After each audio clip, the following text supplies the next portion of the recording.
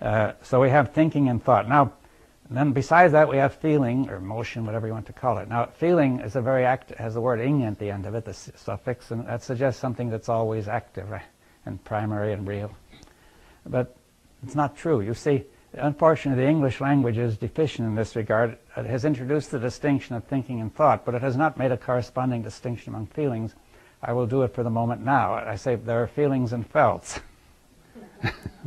I mean, feelings you've had in the past have gone on the memory and become programs. You can remember feelings you've had, right? Feelings of traumatic events, feelings of pleasure, nostalgia, right? And all that stuff, right? And that has a powerful effect, right?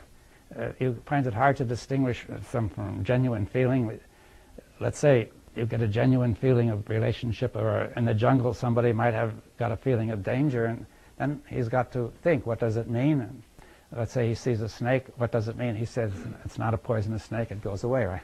It is a poisonous snake, you'd better move, right? And so on. So there's a natural relation of feeling and thinking, that a feeling sort of picks up the perception first, and then the question arises, what does it mean? And thinking begins to supply that, right? Now, if it's working right, then thinking will show whether the feeling is appropriate or not. But it may not work right, you see. Now, we can get felts, right? Now, there's no easy way to deal with those. You see, if you had a lot of traumatic experience as a child with certain things, you get a felt every time something similar comes up, and you can't deal with it. You see, it's in the memory. You see, the natural intelligence might reach the feeling, but how is it going to reach the memory, the program? It doesn't know there's one there and doesn't know where it is, right? So you don't change it. You see, you're stuck with it, you see. So the point is that failure to understand that is a crucial difficulty in the whole process of thought. You see, in other words, what thought thinks about itself is very important, because it conditions and programs itself in a wrong way. So the way in which thought programs itself to go wrong is the thing we have to look at. Now, it has programmed itself to go wrong as a result of a long history. Right? You see, there are things which are obvious and things which are subtle. Now, the word subtle means, highly refined, rarefied, elusive, delicate, undefinable. So I can't define subtle since it means undefinable. But its root is interesting, subtext, which means finely woven. In other words, you could say the mind makes more and more finely woven nets in which it could catch subtler and subtler things, right? Ordinary thought is not very subtle. Its net is very coarse, and a lot of things slip right through. Some of the questions we've been discussing slip right through. You see. So now, what do we mean by subtlety? You will not be able to sense anything subtle without sensitivity, right?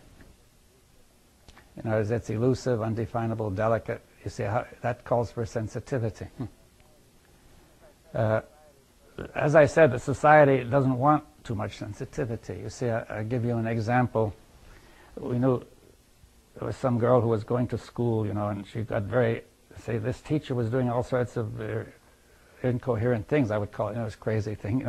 She said this. It all doesn't make any sense. She was very disturbed, right? So the mother finally said, in this house, the teacher is always right. You see, it didn't mean she believed the teacher was right. She said, there's no point in your raising these issues. You're wasting your energy. But it illustrates the point that the whole society finally teaches the child that it's no point in being sensitive to all that incoherence, because you get nowhere. Therefore, that child learns a more general lesson, not merely this and that incoherence, but all incoherence, right? Saying, don't notice these things, right? Don't pay too much attention. Don't take them too seriously, because you'll get in trouble and you'll get nowhere, right? And you see, now, therefore, the society, in order to stabilize itself, systematically, not this society only, almost all that we know of over history, have systematically destroyed sensitivity, which is necessary for intelligence, right? For subtle intelligence. You see, the kind of thought we've been talking about is not very subtle. You see, it's pretty crude and gross. And we need subtlety, and we need sensitivity. You see, now, and I want to say that thought, which does not understand what it is doing, tends to fall into violence. Right? Now, in the primitive times, this happened much less frequently. People were further apart, living in small groups, and it didn't matter so much because the weapons they had were not so dangerous anyway. Now, we have very dangerous weapons, and at the same time, if we're violent, we're going to not be able to get together to meet this ecological crisis and all sorts of things we have to do together. So I think it'd be worth looking into, being sensitive to violence, your own violence, other people, in all its forms, because violence is basically the movement which destroys sensitivity. So we could say, if we are insensitive, we have to be sensitive to what is destroying sensitivity. That would be the only way out, right? Now, therefore, we could say that rather than condemning violence or saying I mustn't be violent, or I must be violent, or I justify violence, now saying if he treats me violently, then I'm justified, or else I must turn the other cheek, or I must do this or that. You see, none of that gets to the root that thought is the source of violence, right? See, these are all attempts, the typical of thought, to produce a problem and then to produce some means of overcoming the problem that it's constantly producing. You see, that it's like hitting yourself on the head with a hammer with the right hand and trying to stop it with the left, you see. That you continue the thought, the kind of thought that makes violence, and then you say we ought not to be violent, you see. So that's another, that just simply muddles it up, right? It's another kind of violence. You see, thought turns violently against itself, right? Violence turns against itself, but remains violence as it does so. Now I think it's worth thinking about that. It's a way of thinking, looking, not really thinking, which and being sensitive, which gives some insight if you pursue it. That you can see that a tremendous amount of the confusion in your own thought is a kind of violence with which thought is attacking those parts of itself that it doesn't like.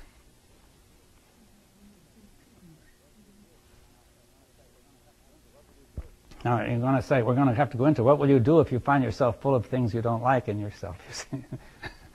We have to go into all that. You know, violence will do no good, right? Now, ignoring it will do no good, right? So we have got to have an approach which, you know, and I think there is an approach which can, you know, get into it. And which means going further into thought and what it, you know, how it goes and so on. Yes, well, sensitivity is the first step toward perception. It's the beginning of picking up new information, you see, which is not in the categories of thought, right? But at the same time, it's sensitive to thought too, right? Now, see, I'll just finish on this one point, then we won't go into it thoroughly. In a way, what destroys sensitivity is what I would call a generalized idea of violence, you see. I'll just say a few things about violence now, and I think you can see that it brings it all together. Perhaps we'll come back to it in the next periods. But, you see, the word violent, according to the dictionary, means the undue use of force. In other words, it doesn't mean you should never use force to push something around, but in the wrong place, right? And it also is related to the word violate. You're violating the right order, you see, and so on. Now, now, the point is, the basic form of violence is that his action is determined by thought, right? Now, however bad it is, it's determined by some kind of thought. But at some stage, we respond with force, right? We respond to thought with force, right? As if we could obliterate it or push it aside or change it or something, right? Now that force may be more subtle, you know, it may be just mental force rather than physical force, right? But it does not meet the thought itself, right? Its content. You see what I mean? That now, so that, for example, somebody is doing something that frustrates you very much, it blocks what you want to do, and you say, you make a picture of him as that person who's always doing that, right? And you say he needs to be pushed aside or hit, or something should be said to him sharp, or you can also produce violence as an undue use of mental force. See, the word convince means to win. It's a kind. The word persuade is based on suave and sweet. It means to win by sweet talk, but that is also a form of violence, right? It does not meet the actual issue. See, persuasion and conviction can be regarded as subtle forms of violence, right? Now, really, ultimately, what's called for is simply these thoughts must meet, and we must see whether they're coherent or not, and what their value is, right? So, if you don't like what the other side is doing, say the communist or capitalist or religion, you form the image of them as wicked, and you say, they're always that way, they only understand force, right? That's a typical thing you say, which, of course, nobody understands force. So it will create the sense that if somebody responds to you with force, when you will feel that you have been violently treated too, you see, right? If they don't listen to you. If people don't listen, you'll feel that's a form of violence, right? And then you get into a complex problem, because you may see somebody else's violence and you say it's his violence, right? But it's really yours as well, you see, because you cannot see his violence except in terms of your own. You see your own tendency to use force, undue force, right?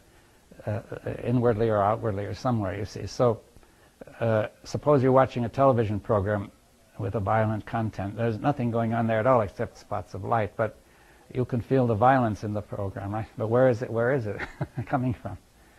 It's coming from your own violence, right? You see, each person has been programmed to violence over the ages, and everybody's got plenty of violent programs in. There's no difficulty in finding a violent program to project into the image or to project into the image of somebody else, right? And therefore, the point is that, first of all, if you see violence, you see it through your own, but then you don't want to admit, you want to say that's terrible, it's disturbing, so you then say, deny that it's mine and say it's that person's, right? And you feel better, but the violent movement is still in there, right? Which will come out in another way and distorting your thought, right? You see, so therefore, and we also have a thought which says that I am justified in responding to violence with violence, right? I respond to good to friendship with friendship, and to violence with violence. That's an accepted thought, but that thought cannot actually work overall in the long run. It must be sure destruction. It destroys all sides, you see, because once you respond with violence, you're turning your own system into chaos, you see, and everything you do goes wrong. Now has no meaning. So the thing is then that this is a very subtle point, right? It requires a lot of sensitivity to see it.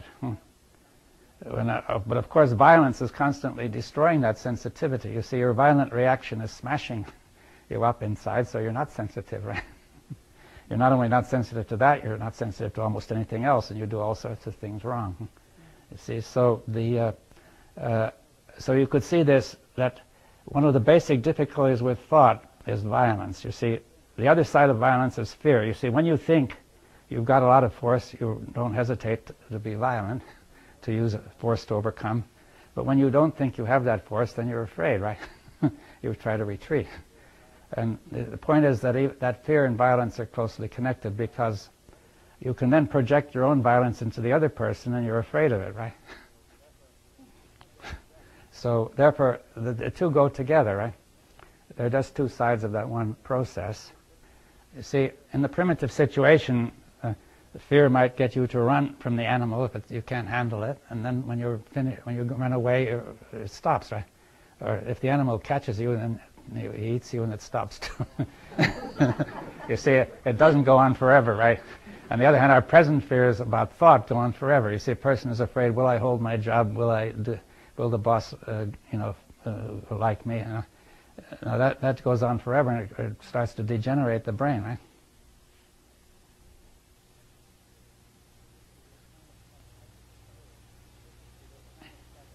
But See, the kind of psychological fear, the physical fear may be a reaction to a perceived danger, but the psychological fear is something much more subtle and complex, you see, which we have to get into. We produced all kinds of dangers, like the nuclear danger, the ecological danger, you see, due to the way we think, and at the same time, there are a tremendous number of, they are real dangers, but produced by confused thinking, by incoherent thinking, right? You see, even something which is very true, when just stated, can become a trap, right? If it just goes on the program. You see, so I'm saying the first step is not truth, but can we see what's the meaning of what's going on, right? See, if we don't see this meaning clearly, then we'll never have a mind which can get to truth, right? Have truth. That we have to see the meaning of this thought process, which now we have a wrong meaning. Yes, we'll have to discuss this whole question of truth, because I think that's part of the confusion of thought. That thought has very confused the incoherent notions of truth, which go into the program and trap us, you see. And so there is something specifically incoherent about this way this program works, which we have to get into. Does thought and thinking end at death? What? Does thought and thinking end at death? Well, I assume it does. That implies there's another. If thought and thinking end at death, and there is a consciousness or survival of something, consciousness or intelligence, there's an implication that there's another intelligence operating even as we think. It may well be. You see, I'm not denying it. I'm saying it may be, and maybe we'll come to it. But I think we can't begin with the assumption, you see, because that's, again, the way the program works. Right? If we assume it, then we will create the impression that it's there before when it's not actually working. Right? You see, the assumption is the trap. Huh? When you mention sensitivity, yeah, there's an assumption that there's something other than thinking that's operating, that's bringing us back. You can look at it as, you can look at it as an assumption that is very provisional, that we're going to explore sensitively, you see. In other words, I'm not going to take this as saying this is the truth, right? But I'm saying we all know sensitivity, a little bit about it, right? And it does imply something beyond, we don't know what, right? And if we're sensitive to this assumption, we want to explore this assumption, or call it what you will, it's a proposal rather than an assumption, right? I would rather use the word proposal, right? Explore this proposal sensitively. Do you see what I'm driving at? So it's there to be looked at and explored, right? We cannot say this is the truth, that there really is an intelligence. We really know that there is an intelligence beyond the thought, right? If I began with that, then we would have the wrong beginning, right? Do you see what I mean? So we're saying, proposing that the ultimate violence and the cause of all the violence in the world is this destruction of our sensitivity. Yeah, that's the proposal which we have to explore with sensitivity, you see. And so in that case, we are going to bring in the very sensitivity that we're going to be learning about, right? Sensitive about this activity. Yeah, and about our way of exploring it, right? Well, it's a matter of being sort of somewhat, not rushing to conclusions, and also being open to, you see, the sensitivity might include sensitivity of the body. I mean, how does thought affect the feelings in the body? How does it affect the solar plexus and the neck and the stomach? How does it produce tensions in the abdominal walls? And you see, all of these things are part of the meaning of thought, which we must go into, right? See, in other words, sensitivity means we don't restrict it and say, this is thought, that is something else. Right? But one flows into the other, you see.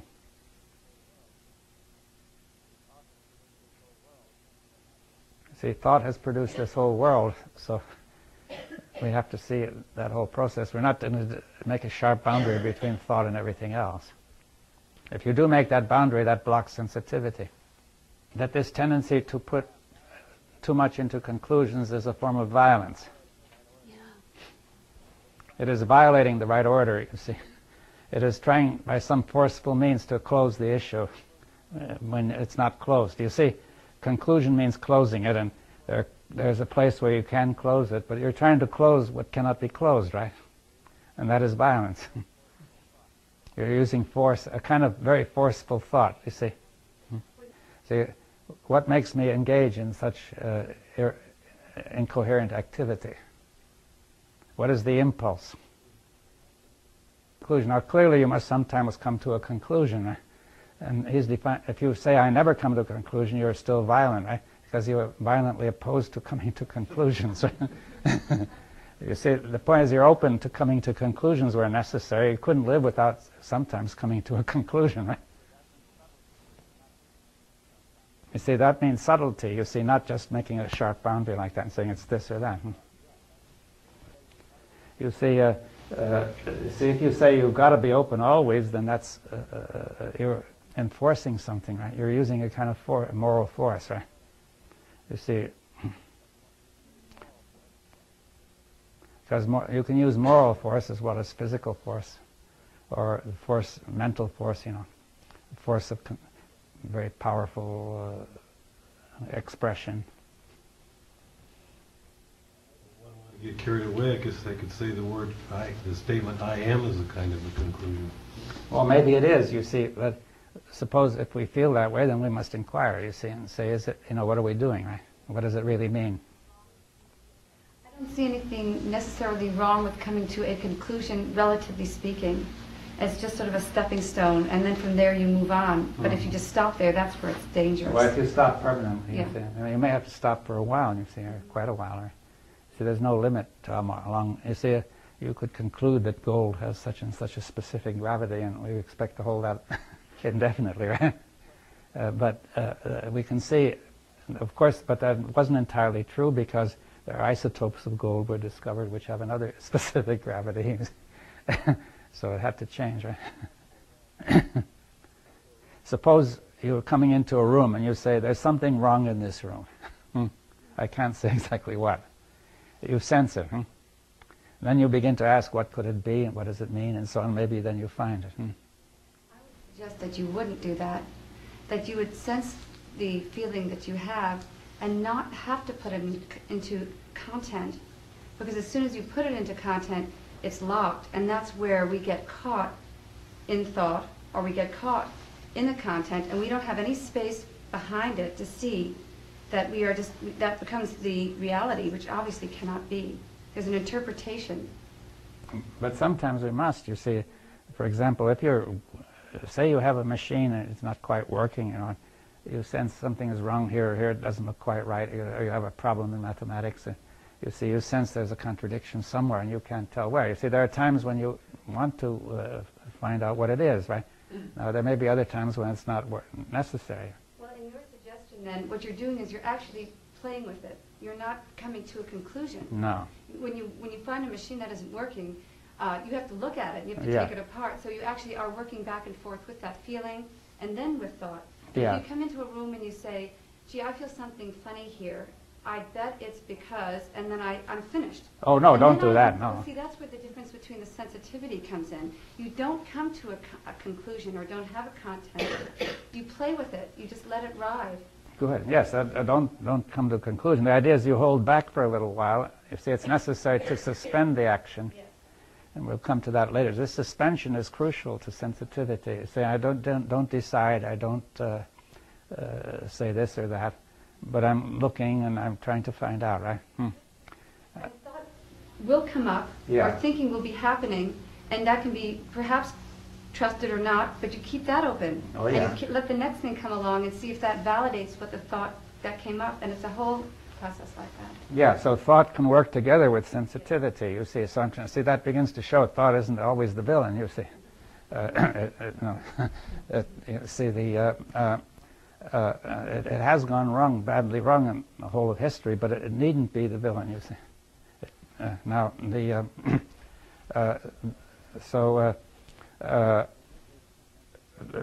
we need this sensitivity, which is the beginning of something beyond thought, right? In other words, thought and what is beyond thought don't necessarily just stand on two sides of the fence. You know, saying, here's the fence, since thought is here and non-thought is over there. But you see, they sort of meet, right? Now, so it may be that by following this, we will get beyond thought. You see, in some fundamental way, so our minds are open, right? We don't know. You see, we have to start.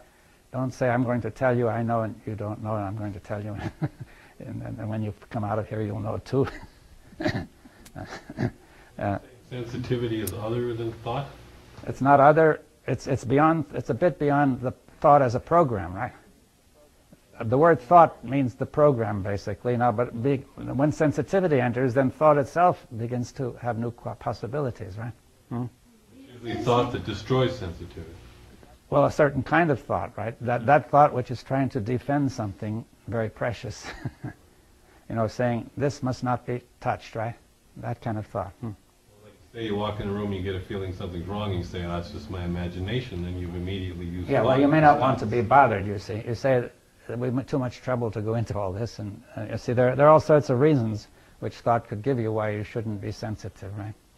On the other hand, you could not be too sensitive. Thought can make you sensitive in a wrong way by making you very touchy, you see. So it's a very subtle question. See, this comes back to the fact that we have got to get into something subtle, which requires another level of sensitivity again, right?